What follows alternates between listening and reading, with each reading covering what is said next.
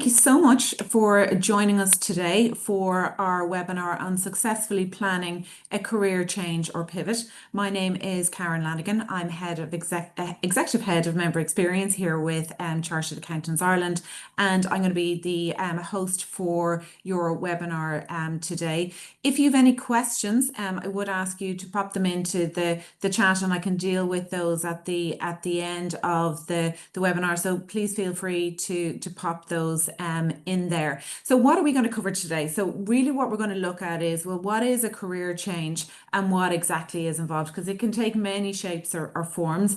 Also want to give you an update in terms of what's happening in the market at the moment, what the key trends are, because that's obviously going to influence, what your choices and your options are and what the art of the possible is in this space. And we're also then going to take you through kind of 4 key steps that will help you to kind of navigate a potential career change and to develop a career plan as well. And one of the key elements of looking at a career change is understanding, well, look, what are the drivers of this change for you, and how do you go about setting specific goals to make sure you achieve what it is you're looking to achieve. And one of the key elements of this is looking at your skills, your knowledge and your experience, and how you can build on those and leverage those to help you to make that transition. And we're also going to then give you some more details just in terms of the career supports that are available to you as members here with Chartered Accountants Ireland. So look, by the end of it, by the time we get to lunchtime, you will have a better understanding of what the steps are involved in terms of pivoting or changing your career plan. You'll be more confident in terms of developing and rolling out a career plan. And also you'll have a better understanding about how to kind of identify your skills, your knowledge and experience, and how you can, use those to pivot. And you'll also have a better sense of, the tools that are available to you as you navigate a career change. So in other words, like your CV, your LinkedIn profile, and you'll come away with some hot tips in relation to updating those. And essentially you'll be better able to navigate a career pivot with confidence, clarity and purpose. So that's my objective here today in the next 50 minutes or so that we have together, and of course to answer any questions that you might have. So what is a career pivot or change? And it's basically, I suppose, consciously changing the direction of your career, either into a different or a related area. And some people kind of think, well, actually a career change means changing organization. It doesn't always. So that's just something to keep in mind, that you can pivot or change with your current employer. And I've touched on this already in terms of your skills and experience, but it's purposefully leveraging those skills and experience to move into a new area. So in other words, it's building or using the skills and experience that you have built up over your career to date to then pivot or change into another area. So you're not starting completely from scratch, but you're using that experience, your qualification, of course, to change the direction of your career. And it's all about, a step-by-step process to help you with the agile career moves, including, as I said, an internal move within your organization. So what we're seeing from a career service perspective here within the Institute is that career pivots are much more commonplace, and there are lots of reasons for that. And look, AI, I suppose, is really an obvious one, and technology influencing roles, influencing organizations, influencing structures, and just, I suppose, the pace of kind of change happening around us. And roles typically have kind of shorter life cycles. We haven't seen that within finance so much so far, but certainly in other disciplines, that roles have shorter life cycles. They're moving a lot quicker. And another I suppose feature that we're seeing is that career paths don't necessarily follow the traditional linear career path, that they're like steps along the way, where you might be stepping off and taking lateral moves as you move your career forward. So it's not always just a straight trajectory, that you might be, taking lateral moves to build the experience and move on. The other thing that is changing is that employer-employee relationship. So what I mean by that is maybe, in some areas a move towards, contractor or I suppose what's sometimes called the gig economy. So moving into kind of interim roles or contract roles, and it like for very often for by choice. So we have members who are specifically interested in interim roles. So that can be another factor here. And also particularly since COVID, where people are maybe deciding to kind of step back, work on a part-time basis, or indeed, retire early, but maybe not necessarily retire fully. So there's a number of different things really influencing career pivots and changes and modification in terms of career paths. A recent CIPD survey found that like the reasons why people are looking for changes can vary. None of these are particularly surprising. In fact, 35% looking for better pay and benefits, and that's certainly something we see. 27% looking for improved job satisfaction. And again, it's that purpose and, the fulfillment within your role. Work-life balance being important for 24%. And again, that's not surprising. And 23% then wanting to do a different type of job. So maybe they're just kind of, I suppose, looking for something different and looking for a new challenge. So, what do career pivots look like, or when do members typically, look to pivot or change career? And again, no real surprises here. Obviously it's at, qualification or, kind of move from practice into industry. Oftentimes it can be a move overseas, or again, like coming back from overseas to slot back into the market. Maternity leave or paternity leave is another period of change, or indeed a career break and returning to work. And we've seen quite a lot of activity in that space in recent years. And then of course you've got, a redundancy, a situation where that can be an opportunity to try something different or do something different. And I've already mentioned retirement as an opportunity, maybe not to retire fully, but to work, say, part-time or on a reduced hours basis, but maybe doing something different to what you've done before.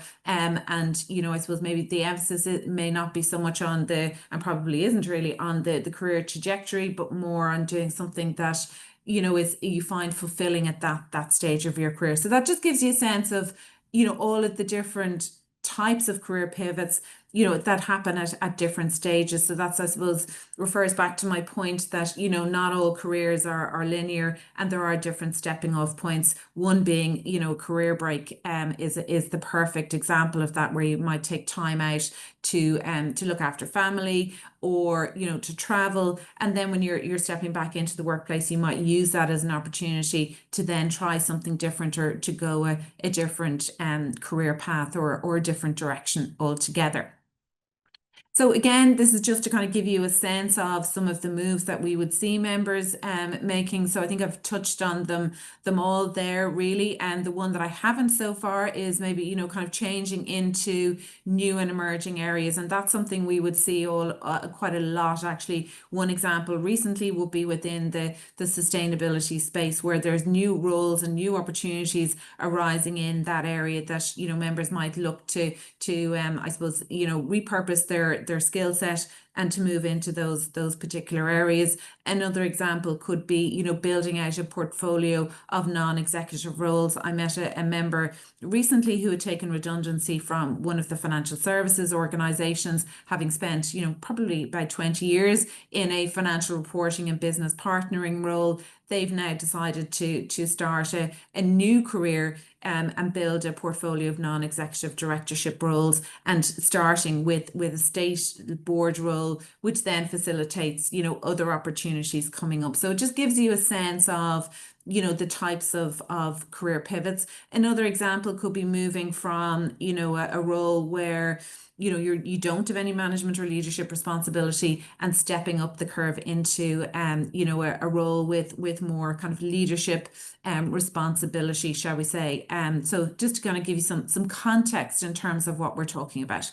So as I said, I'm going to take you through a step-by-step plan in terms of how you go about planning and executing a career pivot. And like as with all of these things, it can seem a bit overwhelming when you're starting out and you're not sure, I suppose, where to start. And that's why I've kept it pretty straightforward, to be honest, and broken it down into four key steps. The first being, that deep dive in establishing what it is you want and what you're looking to achieve. Secondly, I've mentioned this already, it's kind of reviewing and looking at your skills to see what skills you have to kind of bring with you and where the gaps might be. The third area then is what I refer to as kind of playing to your strengths, and I'll talk to you about that shortly. And then the fourth piece is about promoting your offering and how you go about putting yourself out there in the context of looking for a new opportunity and a new role or making that change. So we step down through those. So the first is to kind of establish exactly what you want. And look, don't quiver when I mention the word audit, but essentially what you're doing here is actually a career audit and just taking a look back in the rear view mirror to really see, well, look, what have your biggest achievements been? Where have you excelled? What have you been enjoying versus not enjoying? What motivates you? What drives you? What has worked? What hasn't? Really the sense here is what I'm trying to I suppose get to is that you kind of get a really good understanding of, look, what motivates you, what drives you, and what is it that you're looking to achieve from the career move. So it's really just taking that time out to really kind of understand yourself and asking yourself those key questions in terms of what do you want from the next your career move, doing a bit of soul searching in terms of what will give you the career satisfaction and doing the research into the market to kind of see, well, look, what are the options out there? Having those conversations with recruiters, with other colleagues, with your contacts to kind of see, well, look, what's out there, what's happening in the market, and what's sustainable, what's going to give me that longevity and that career path. And in importantly, it's kind of looking at kind of what success looks like. So it's really essentially taking the time to get that clarity in terms of what you want from your career, as being this is the kind of the first critical step to really evaluate, well, look, what is it that I'm looking for? And it does require a bit of honesty and some soul searching, and sometimes some challenging decisions that can take a little bit of time. So don't worry if this takes a bit of time before you move on to the next step. And this is the foundation, it's the building block of really understanding and knowing what it is you're trying to achieve, what it is you want. And if you get this part right, it's like with any foundation, you're much more likely to succeed. So it is an important piece. And as part of that, it's asking yourself why, like, why am I doing this? Why do I want a change? So it's really asking those, I often say the 5 whys. So keep challenging yourself in terms of why, and don't just go at the kind of the surface level. It's really about digging deeper into those whys. Another key element of this will be to kind of understand your values, and basically what your values are is kind of like your guiding principles. What is important to you and what is important from a professional point of view that will shape your work ideal, and what will influence, I suppose, what you find fulfilling and motivating in your job, and what it is, I suppose, about the role and the environment around you that gives you that overall job satisfaction. And these can be different for different people, and they often are, to be perfectly honest, because it's all about your own personal kind of priorities and what aligns with what you find like is important to you. So for example, for some, the finance side of things might be the kind of the key driver, like particularly if you're at an early stage in your career and you're trying to, I suppose kind of buy a house or get yourself set up. Job security can equally be important in that space. You may then get to a stage, kind of mid-career, where look, work-life balance is really important. You know, again, learning is another kind of key value or motivator for others as well. And then you also have things like influence and recognition. So it's really, you know, just taking a little bit of time to kind of understand what those key values are, because it's important when you're making that shift and that move that you are, you know, fulfilling kind of your needs from a values perspective. Because if you do that and align your next job move with those values and have those, you know, at the forefront of your mind when you're making the move, it is going to be much more likely to succeed. Again, it does take a little bit of time, but back to my point earlier, if you put in the foundations and the work now, it's really powerful and, you know, I suppose empowering to know what it is you're looking for, and it really then will help inform the other decisions that you make as you go along. The other things to look at is, look, have you made any kind of moves or you know, career changes or role changes in the past, and what have you learned from that? Did it go well? Didn't it? What worked for you from those moves? What did you learn about yourself and maybe your appetite for change during that kind of process?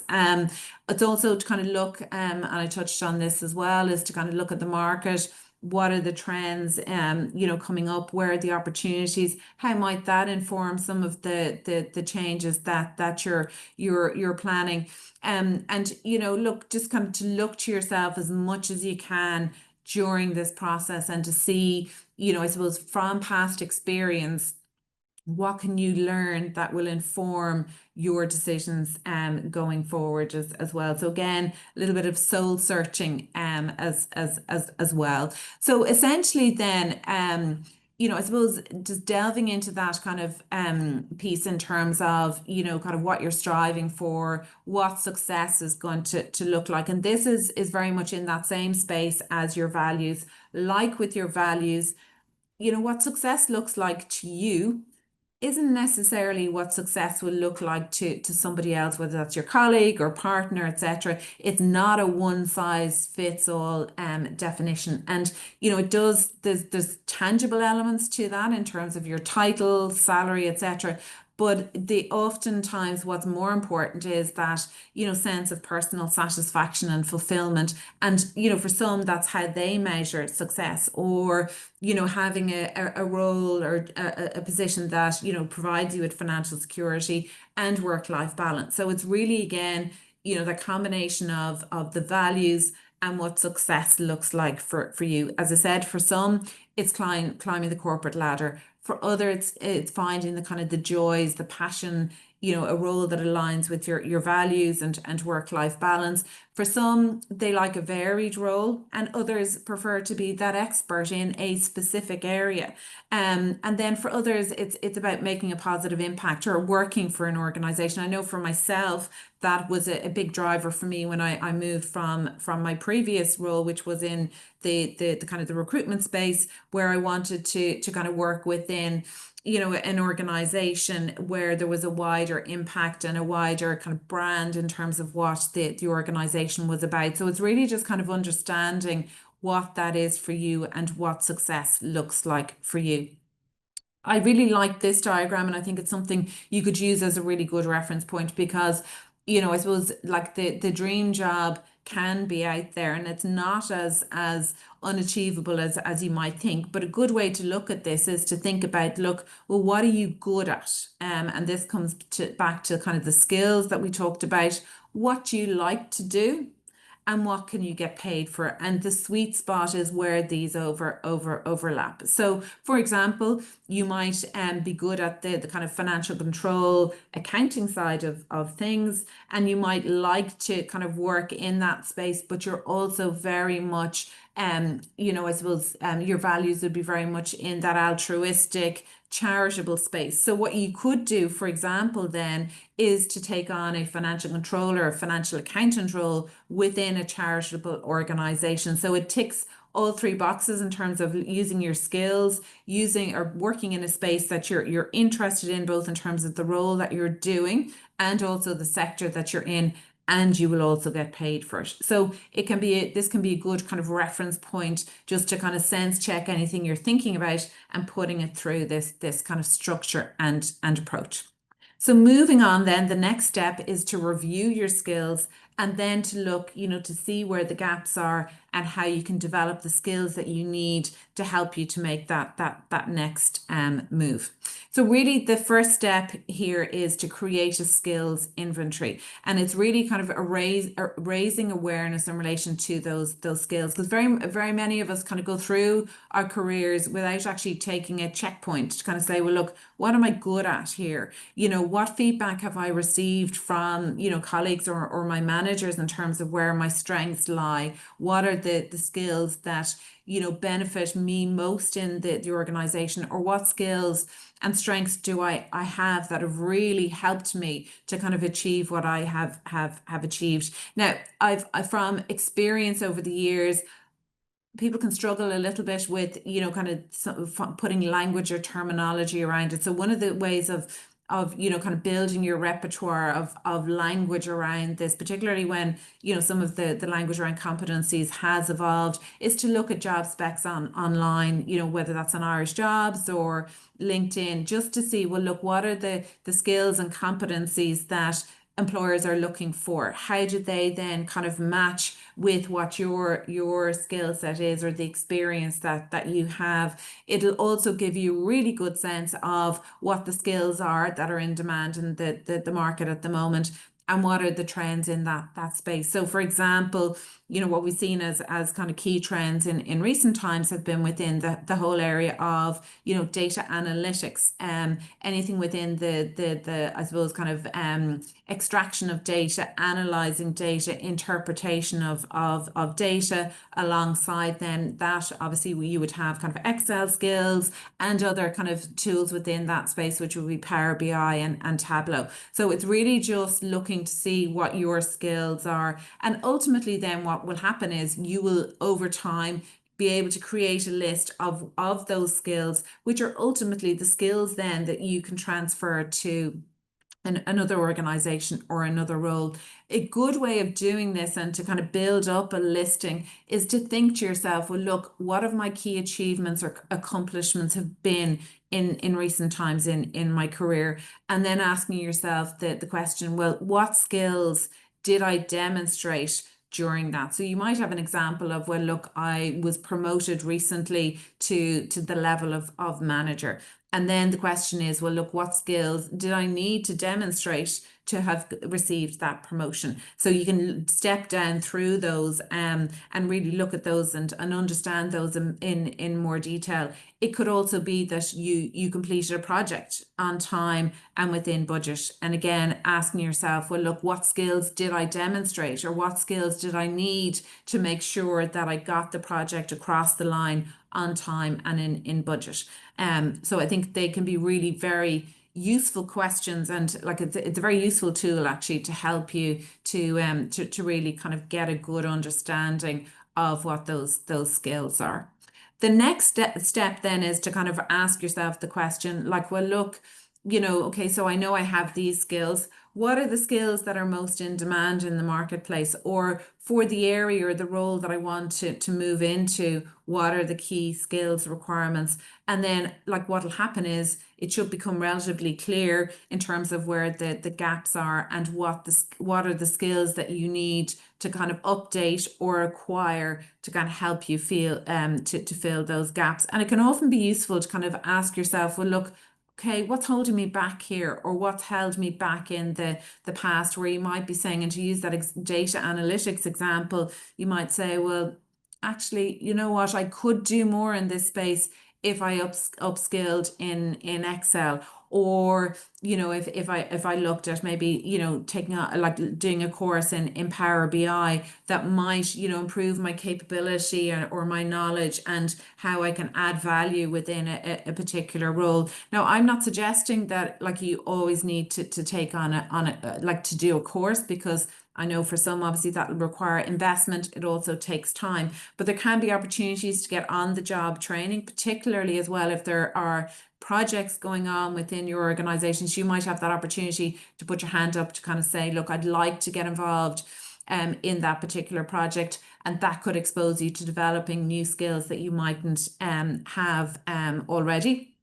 Also, sometimes doing some pro bono or volunteer work outside of your organization, and for some members that often looks like, you know, taking on a board role on a charity to get that kind of strategy board experience, and I suppose to kind of stick their heads above the parapet, and as I would often say myself, is to kind of get out of that bubble, the bubble of the organization that you work in, and to you know, to see how things are done elsewhere, or to get experience of applying your skills in a different environment. So something along those lines can be really useful. Similarly, it's maybe looking at you know, finding a mentor within your own organization or from within your network, or indeed through the mentor program we have here with Chartered Accountants Ireland. I'll pop the contact details for our service up a little later on. So if you are interested in you know, finding a mentor, we can help you with that. And again, like your network, reaching out to your network can be really useful in terms of, you know, helping you to identify the skills that are in demand in the marketplace, potentially where the gaps are for you, and how you go about, you know, bridging that gap. So really important part of the process. So to give you a sense of some of the skills that we're seeing are in demand in the market, and this comes from, I suppose, just you know, our own recruitment service and our daily interactions with companies who are recruiting, and just generally, you know, I suppose the skills that are required in a world where there's a lot of change taking place. You know, technology is obviously, you know, increasing, and the use of technology, particularly AI, as well. So, you know, the skills that are currently most in demand, we're seeing is, you know, within that leadership space. And when I say leadership, I'm not necessarily always speaking about kind of the very senior level roles, but as being able to show up as a leader within your role as well. It doesn't have to be at a very senior level. The ability to kind of adapt and be agile is very important, as you just with the I suppose the pace of change all around us. And then linked to that would be that whole concept of emotional intelligence, and being able to kind of regulate your emotions in an environment of change, and showing that resilience and ability to be agile and to adapt. I've mentioned the whole kind of data piece already. Like, that's a trend we've been seeing for quite some time, and you know, it's one that I think will continue for quite some time. Linked to kind of technology is that IT literacy. It's not that you need to be an absolute guru on, you know, all of the IT systems, but it's more just being comfortable, you know, and being IT literate, and I suppose having an interest or a curiosity in systems and what they can do and how they can change things. Linked to leadership, then we have judgment and decision making, and again, that would be linked to the data area as well, because if you're, you know, I suppose preparing the data, the next question then is, right, well, look, what is the data telling us, and how can that inform the judgments and the decisions that we make within our roles day to day? And last but by no means least, it's communication, and that would be kind of right across the board, both in terms of, you know, face to face and online, and you know, your communication style being able to kind of transcend different levels, and you know, transcend, I suppose, or move outside of kind of the pure finance arena then as well. So I just want to mention another tool that we have here that can be very helpful for you in terms of, you know, looking at the skills that you need at different stages of your career. So we have what is called our career pathway tool. It's on our website, and I've given you the link there, and we will be circulating these slides afterwards. So don't worry if you don't get to take this down. But essentially it's a tool that can help you map the skills that you need at different stages of your career.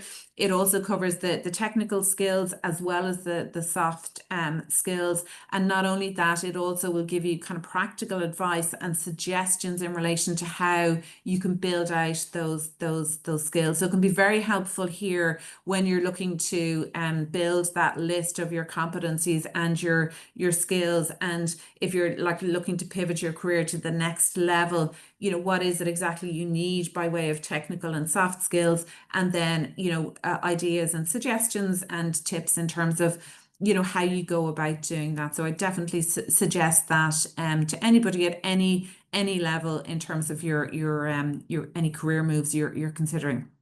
So step number 3 then is to play to your strengths. So this really is all about, as we said, you know, firstly identifying those skills. You don't want to be recreating the wheel here. So what I'm suggesting is that you look at, you know, your strongest skills, the things you're best at, which is typically the things you enjoy, and vice versa. There's that kind of a, I suppose, relationship between the two. So it's identifying those strengths, or indeed a combination of skills. And what I mean by that is it's to look at, you know, the skills that you have and how they combine together as a, you know, I suppose a proposition for a new employer, or within your current role, and to look at those and kind of say, well, look, how can I really zone in on these key areas to then, you know, leverage those within a new role or within a new organization. And it's to look then at kind of where the synergies are, but within that skill set, or if you look at those skills and how they translate into another area. It could be knowledge. So for example, it could be sector specific experience where you kind of say, well, look, I've got a really good knowledge of the tech sector because I've worked in this. So I'm going to look at other roles within the sector. It mightn't be the same type of role, but because you know about the sector, it gives you that opportunity, and it opens the door into other roles because you already know the sector. The same can be said for technical expertise. If you have particular technical expertise, let's say for sake of argument within the area of financial planning and analysis, you might say, well, actually, do you know what? I enjoyed that space, but I don't really like the sector I'm working in. So you can play to your strengths in terms of that technical expertise, but transition it maybe into a different sector. Then if we look at another example here, could be your management and leadership skills. Management and leadership skills, you know, are relevant irrespective of the role that you're in, or indeed the sector. So they're a good example of that transversal skill set. So you could look for roles that allow you to really play to your management and leadership capabilities. And again, similarly, analysis and IT skills are in that kind of space of being transversal skills. You know, they're relevant irrespective of the role or the organization that you're in. And the same can be said for project management, because the project management fundamentals apply across the board. So whether that project is, you know, your organization moving premises, or whether that project is you know, implementing a new IT system, the fundamentals are still the same, you know, irrespective of the type of project that you're working on. So it's really just, you know, opening up your mindset to kind of see, well, look, how can I play to these strengths and skills? What can I do to kind of transition them or move them or leverage them?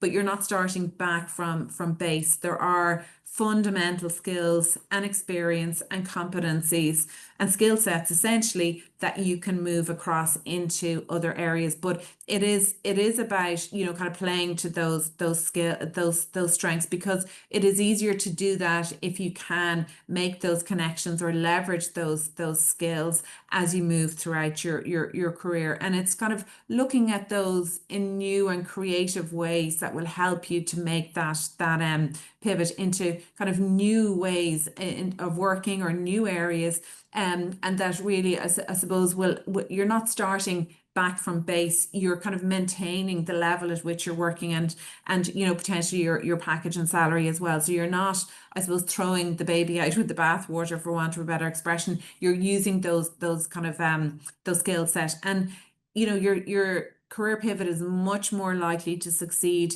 if you leverage that, what I would call career capital, and the transferable skills. So it's really all about what I often refer to as joining the dots. So it's showing how your skills and competencies are relevant in a new role and looking for those synergies.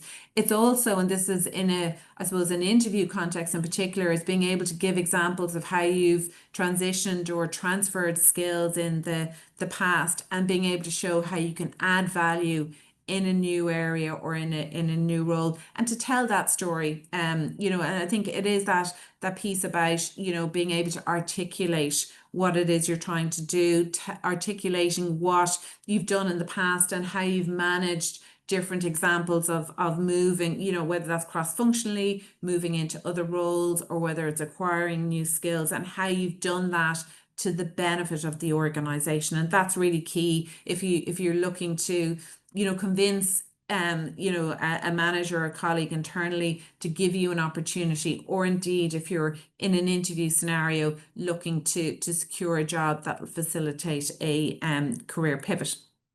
So the last step along the way then is promoting your offering. So there's no point in doing all of these great things and having, I suppose, all of these great skills to bring to a new role if you're not out there, promoting your offering. And when I say out there, I don't necessarily mean, actively looking outside of your organization. This, I suppose, concept of promoting your offering is equally as important internally within your organization, whether you're looking for, a pivot or not. It is about just that ongoing I suppose, process of increasing your visibility. And this diagram here on the right essentially explains to us that career success is more about the exposure and the visibility that you get, rather than performance and your kind of image. And this is particularly so, the more senior you become within the organization, the more visible you are, the more people know about what you do within the organization, the more people know about the skills and experience that you have, the better your network is within the organization or indeed external. It's not to say that performance and image aren't important, they still are, but exposure by long way is much more important, particularly as you progress your career. So hence the importance of self-promoting internally and externally, building your network again internally and externally, and not being afraid, to build those networks and to reach out to people for a cup of coffee. And the great thing about the Irish culture is people are used to this. They're used to and are comfortable, with people reaching out to them and asking them for, a bit of insight or a cup of coffee, or where you ask for an opportunity to kind of pick somebody's brains, for want of a better expression. So I think, use that to your advantage. As I said earlier, getting involved in projects can be a really good way of building on your experience, but it also can get you more visibility, cross-functionally within the organization. It can take you out of your own department where you might already be very well known into another area of the business. So again, it can help in terms of your exposure and your visibility. Attending events or getting involved with the institute, for example, whether, like, if you're an ACA, involved in the ACA professionals. I've seen where, members who are involved in the committee or who've chaired committees, it's a great opportunity to increase their exposure and their network. Now, I appreciate that's not for everybody, but there are lots of other ways of getting involved. A mentor can really help in this space as well, or somebody internally who can sponsor you. So what I mean by a sponsor is that somebody who will champion you and put you forward for opportunities when you're not in the room. So you do need somebody in your corner that will advocate, I suppose, on your behalf. And another important time in which you can increase kind of, I suppose, your visibility and the impact, and let it be known the impact that you're having, is during your performance review. So it's really to use those conversations, and for some they'll be coming up very quickly in January, where December or January, where you get the opportunity to kind of talk about, well, look what you've done for the year just gone by. And it's also the perfect opportunity to let your managers know what it is you want in your career. So, taking the time out now to plan that can be very, very useful. So another part of promoting your offering is updating your CV, particularly if you're going out into the market. So what you need to do here is, I suppose change the approach to your CV, because if you're looking to change direction or to pivot into a slightly different area, you need to do what I call writing your CV for the role that you're looking for. So rather than it being kind of written in the mindset of the types of roles you've had before, it's to kind of change that and think about, well, look, what are the skills and experience that I have gathered throughout my career that are most relevant to the type of role that I'm looking for now. So it's really highlighting those transferable skills and competencies. And what can really help here is what's called a skills and competency based CV. And that's the way the market has been going in recent years, where there's a much greater focus on competencies. So what you might have in a CV is, starting out with your personal contact details and then a list of the skills and competencies that you have. So you're clearly at the outset outlining the skills and the competencies that you're bringing with you. So you're leaving it less open to interpretation, but being very specific in terms of those competencies and skills, and listing the ones that are most relevant to the area or the type of role that you're looking for. As with CVs generally, I would be including your achievements and the related metrics, and again including the ones that are most relevant to the area or areas that you're now looking at, and incorporating keywords. This would be, I suppose, where AI, in the recruitment process, and systems are kind of picking up are designed to pick up keywords or competencies within the CV. So it's really looking at those to see what they are, but avoiding any acronyms, particularly if you're working in a multinational. There might be acronyms that are very specific to your area or your team, but that don't mean an awful lot outside of the organization. So I'd be kind of steering away from those as well, and making sure that your CV is in a modern format, because the CVs have changed format, particularly I suppose if you've been out of the workplace for a while and have taken a career break. And don't be afraid to look for advice and support, and get feedback in relation to your CV. The careers team here within Chartered Accountants Ireland are more than happy to take a look at the CV and to give you feedback. I mentioned AI, and I suppose there are lots of differing views around the use of AI when you're putting together your CV. I would say, look, there's no harm in popping your CV into ChatGPT and to see what it comes up with. But a word of caution in that, it can be fairly obvious, to an experienced eye, and particularly of a recruiter, where the CV is fully AI generated. So you might look at it and say, look, there are elements of it that you may want to keep, or certain words that, enhance it. But I would say, yes, use it, but there is a note of caution in there at the same time. And like, I suppose with AI, the danger is that your CV will start to look very similar to others. It can be very obvious, I suppose, to the trained eye, as I said. And like with the CV, you do want to stand out. So just to kind of bear that in mind. So there's a balance, I think, to be struck is probably what I'm saying here. I'm sure you're all familiar with LinkedIn. So again, I'd be suggesting, maybe a change to the LinkedIn profile could be required if you want to give it a slightly different, kind of focus or emphasis if you are changing direction. And you can do this quite subtly by changing the profile paragraph, maybe highlighting some of your achievements that, kind of speak more to the area that you're looking to get involved in. Joining particular groups. So for example, if it was sustainability that you're interested in, it's following some of the kind of the groups and, posting content relevant to that particular area can be quite useful. Not only do you learn more from some of the content that you're seeing, but it's quite clear to whoever's reviewing your LinkedIn profile, and that will be any recruiter who's reviewing your CV, the first thing they'll do is look at your LinkedIn profile. So if you can, post or share or comment on relevant content, that can be really, really helpful. You can also set up job alerts as well on LinkedIn, so that you're aware of the roles in the particular area that are relevant. And if you're not working or you are actively looking, you can also, there's a kind of what I would call the green swish, which is a swish that comes in and like it wraps around your photograph to say open to work. So that can help for some as well. Now, it obviously depends on your situation, because if you don't want people to know you're looking, then obviously you wouldn't do that, but it can be helpful if you are actively looking. The other thing to consider is maybe the LinkedIn Premium can in some instances be worth investing in, even just for a month or two, to kind of get a sense of the actual like additional functionality. But look, I think it'd be fair to say that LinkedIn is a really good tool. Like with anything, you only get out of it what you put into it. So the more time you invest in your profile, the more time you spend kind of liking and commenting on particular comments or posts, or resharing.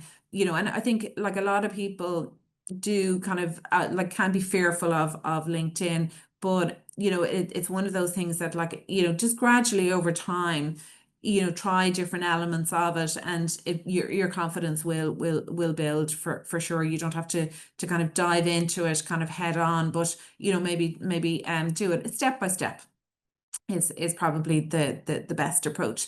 The other I suppose advice I would give you is to kind of build your network, because again, coming back to Irish culture, a lot of new roles and new opportunities come up through word of mouth, and we see that time and time again.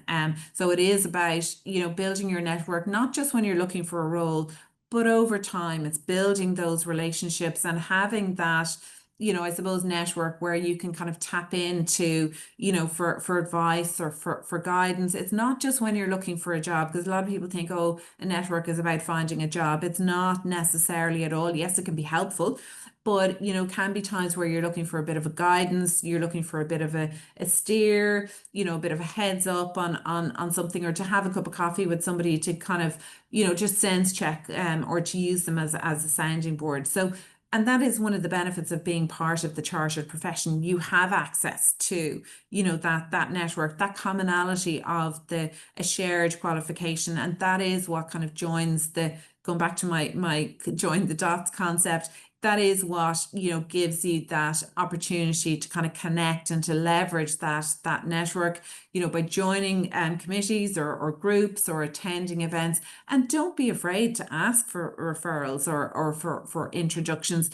For the most part, people are so happy to help. And don't forget, this is a reciprocal thing that, it's like a good deed, for want of a better expression, that you might do for somebody, could well be reciprocated down the line. And we never know when we might need to reach out and to ask for support or some guidance or a listening ear. So it's nice to have that there, that you've built it up over time, because you can feel more authentic, looking for advice and support if you have that network there, as opposed to, I suppose, being on the back foot and looking to build it when you need it. My advice is always to start as early as you can and invest in it over time, so that it's there when you need it. And if you've invested in it, it will give back to you in spades, for sure.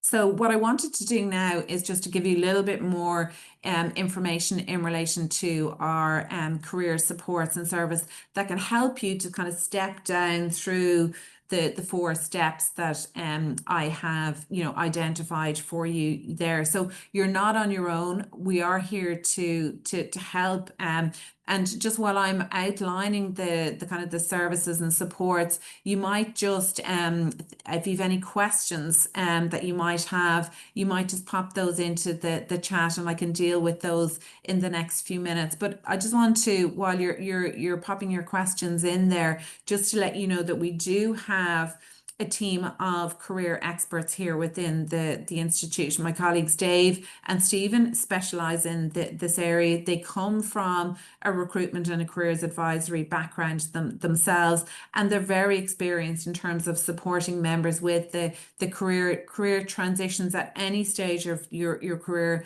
providing advice, providing guidance, providing support and coaching through that at any stage, you know, process. You know, if you hit a bit of a speed bump, or you know, you're not really quite sure where you want to go with your career, you can pick up the phone or email us looking for, you know, career advice, all free of charge, totally impartial and confidential. All of the conversations remain with us. I mentioned our mentor program. So we have a panel of over 150 mentors, all experienced chartered accountants, and we can connect you with the mentor that best suits your needs. So again, you can reach out to us and we can join the dots there for you.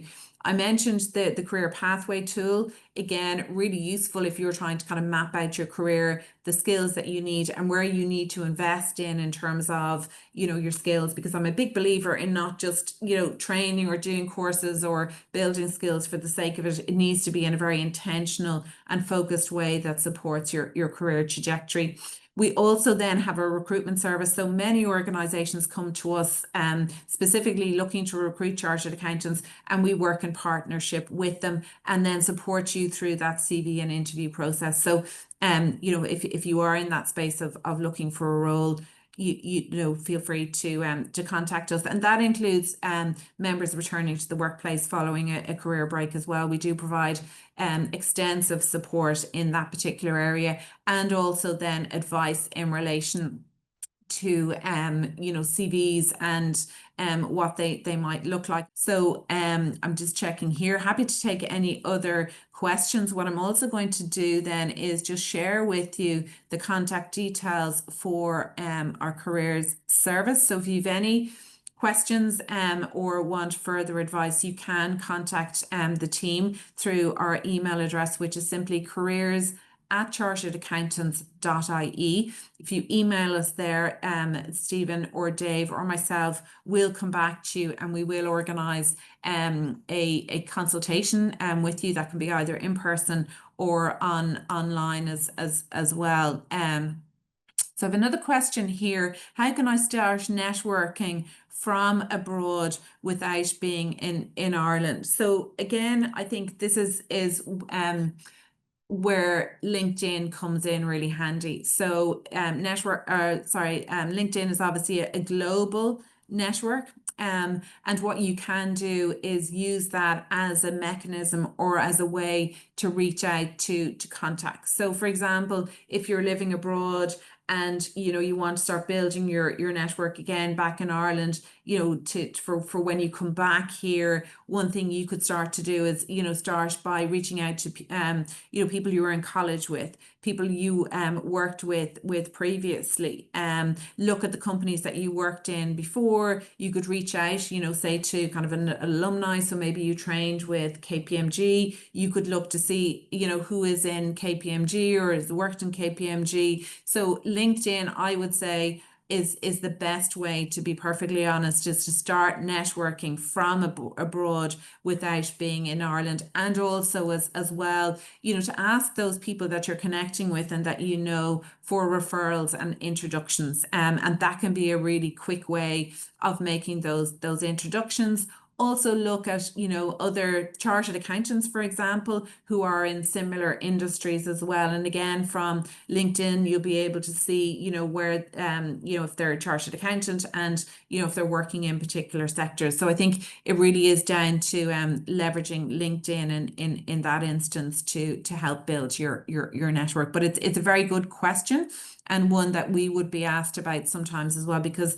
the one of the challenges sometimes when you're moving from Ireland to abroad, or moving back from having spent a number of years abroad to back in Ireland again, can be the absence of that network, because it can be difficult to keep the network warm, for want of a better expression. So I think LinkedIn can be very useful in that space.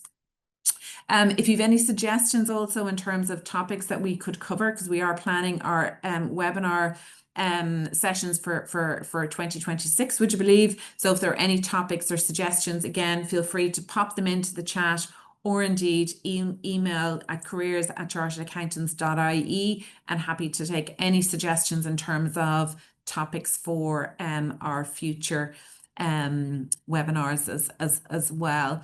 I might just give it another moment or two to see if there are any other questions, but by all means, feel free to reach out to us, as I said, careers@charteredaccountants.ie. And thank you so much for joining us today. As I said, we will be sending you through the slides from the presentation today, and also the link to the recording as well.